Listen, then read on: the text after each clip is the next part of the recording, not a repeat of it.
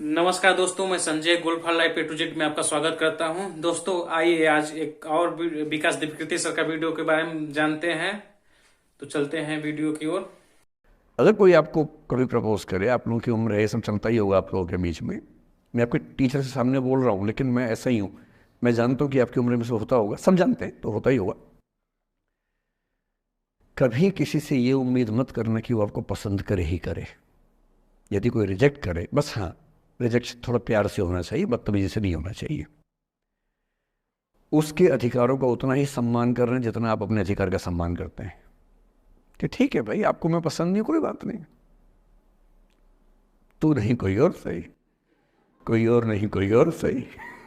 बहुत लंबी है जमी, मिलेंगे लाख हंसी, इस जमाने में सनम तू अकेली तो नहीं। कितने लोग हैं दुनिया में, ऐसा क्या है। और और मैंने बहुत प्यारे प्यारे बच्चों को देखा रोते बिलखते हुए कि मैंने उसको प्रपोज किया, उसने मुझे मना कर दिया। अंकल, छोटे छोटे बच्चे आजकल मुझे मुझे लव गुरु मानते हैं अपने आसपास। वो मेरे पास आके ऐसी ऐसी बातें बताते हैं, बड़ी क्यूट तोतली आवाज़ में।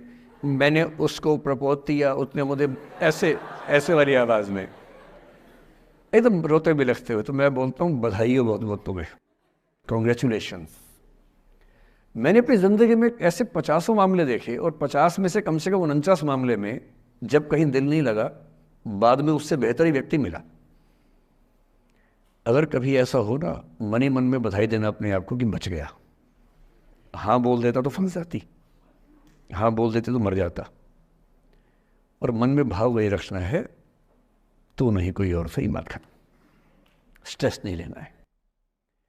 मैं जानता हूं कि आपकी उम्र में आसान नहीं होता, आपको रात रात भर सपने आएंगे, बेचैनी होगी, करवटें बदलते रहे सारी रात हम, आपकी कसम आपकी कसम। ये सब ड्रामा होता है, ये फिल्मी गीत है। मुझे गीत कविता इतना याद है कि मुझे हर बात में वही दिमाग में आता है, मैं क्या करूं। ये होता है आपकी उम्र में, पर वो भी एक फेज है। अगर ये फेज नहीं जिया तो भी क्या जीवन जिया। कभी कभी बेचैनी भी तो होनी चाहिए, वरना जिंदगी में मजा क्या है। अगर हर चीज़ लिनियर है, हर चीज़ फॉर्मुलाइज है, फिर मज़ा क्या है ज़िंदगी में। ये उठापटक, ये बेचैनी, ये घबराहट, ये तनाव संतरास भी तो होना चाहिए कभी कभी ज़िंदगी में। इससे बुरी स्थिति तब होती है जब आप किसी रिलेशनशिप में हैं और वहाँ ब्रेकअप हो जाए। ये भी होता है।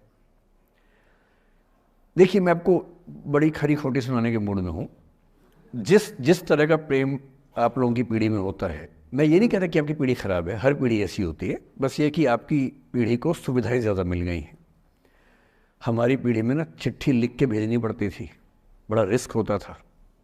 चिट्ठी लिखो कागज़ पे, फिर एक डाकिया ढूंढो भरोसे का, तो भरोसे वाला कुरियर बॉय या कुरियर गर्ल जाके चिट्ठी वहीं दे के आए जहाँ हमने कहा है। ये भी डाउट कहीं किसी और को दे के आ जाए। या कबूतर से बात करो, कबूतर जा जा जा, पहले प्यार की पहली चिट्ठी साजन को दिया। कबूतर का क्या भरोसा किसको दे के आ जाए। लेकिन कितना तनाव था उस ज़माने में। आपके ज़माने में क्या है, सीधे व्हाट्सएप निकाला, खटाक से भेज दिया मैसेज, और नंबर किसी से मांग लिया 1 सेकंड में। नंबर भी नहीं देना है तो किसी, कौन कौन सी ऐप होती है, मैंने सुना कुछ और ऐप्स होती है, मेरा नंबर वाली भी होती है, इंस्टा होता है, एक और भी तो कोई होती है वो जिसमें कार्टून जैसा मुंह बन जाता है, स्नैपचैट। हाँ, स्नैपचैट पे चले गए। मैंने सुना है कि उसमें नंबर भी नहीं देना पड़ता है, ऐसा कुछ चक्कर है। वहाँ ढूंढ लिया। किसी को कुछ कन्वे करना इतना आसान दुनिया में कभी नहीं हुआ था जितना आज आसान है। इन सब के ऊपर टिंडर है, बम्बल है, पता नहीं क्या क्या है। राइट लेफ्ट करते जाना है, उसी में कहानी शुरू। पर ये कहानियाँ जितने हल्के तरीके से शुरू होती हैं, मैं दावे से कह रहा हूँ कि 100 में से 99 अट्रैक्शंस 1 से 2 महीने में खत्म हो जाते हैं। क्योंकि आप जिसके प्रति अट्रैक्टेड थे ना, वो तो उसका बाहर का परसोना था। जहाँ परिचय गहरा होता है, असलियत सामने आ जाती है। और जब असलियत सामने आती है, झेलना बड़ा मुश्किल होता है। आपके सपने टूट जाते हैं। आप जिस छवि पे दीवाने हुए थे, वो छवि तो सिर्फ छवि थी, वो तो इंसान नहीं था वैसा। 99% केसेस में मेरा ख्याल है कि अट्रैक्शन 1-2 महीने में समाप्त होता है। उसके बाद तो एक बोझ है जो आप ढो रहे हैं। कभी कभी होता है कि दोनों का खत्म हुआ तो बात आसान है, कभी कभी किसी एक का खत्म होता है, एक का नहीं होता है, वहाँ मामला मुश्किल हो जाता है। तो ऐसा हो सकता है आपके जीवन में कि दूसरा साथी आपका ये कहे कि भैया देखो, मैं तुम्हारे साथ कुछ महीने से हूँ, पर मुझे अब अच्छा नहीं लग रहा, मैं ब्रेकअप करना चाहता हूँ। मैं आपसे ये निवेदन करूंगा कि ये मान के मत चलना कि उसने आपको धोखा दिया है, क्योंकि बच्चे तुरंत उस मुद्रा में आते हैं, अच्छा अब मैं कुल्हाड़ी उठा लूंगी, अब मैं तेजाब उठा लूंगा, तूने मुझे धोखा दिया है, तूने मुझे चीट किया है, you are a cheat, you are a liar, you are a पता नहीं क्या क्या। पता इंग्लिश में गालियां बड़ी सुंदर देते हैं बच्चे। मैं ये कहना चाह रहा हूं कि इस बात की संभावना मान के चलिए कि हो सकता है कि आपके साथ 2 महीने रहने के बाद सच में उसको ये लग जाए कि आपके साथ ट्यूनिंग ठीक नहीं है, या आपको लग जाए कि आपकी ट्यूनिंग उस व्यक्ति के साथ ठीक नहीं है। और किसी मुर्दा को अपने पास पकड़ के रखना उसका मजा नहीं है। आप किसी को बांध तो लेंगे, पर जब उसका दिल आपके पास है ही नहीं, दिल विहीन लाश अपने पास टिका के रखना, एक मुर्दे को बांध के रखना, इससे बेहतर है जाने दो। बांधना नहीं, बांधते वो हैं जिनमें असुरक्षा बहुत ज्यादा होती है। उस असुरक्षा से बचने का उपाय खुद को बेहतर बनाना है। आप इतने बेहतर हों कि आपको चाहने के लिए हजारों लोग हों। क्यों आप इतना डिपेंडेंट होते हैं कि इस एक व्यक्ति के अलावा मेरा कोई है ही नहीं दुनिया में? ऐसा क्यों सोचना है?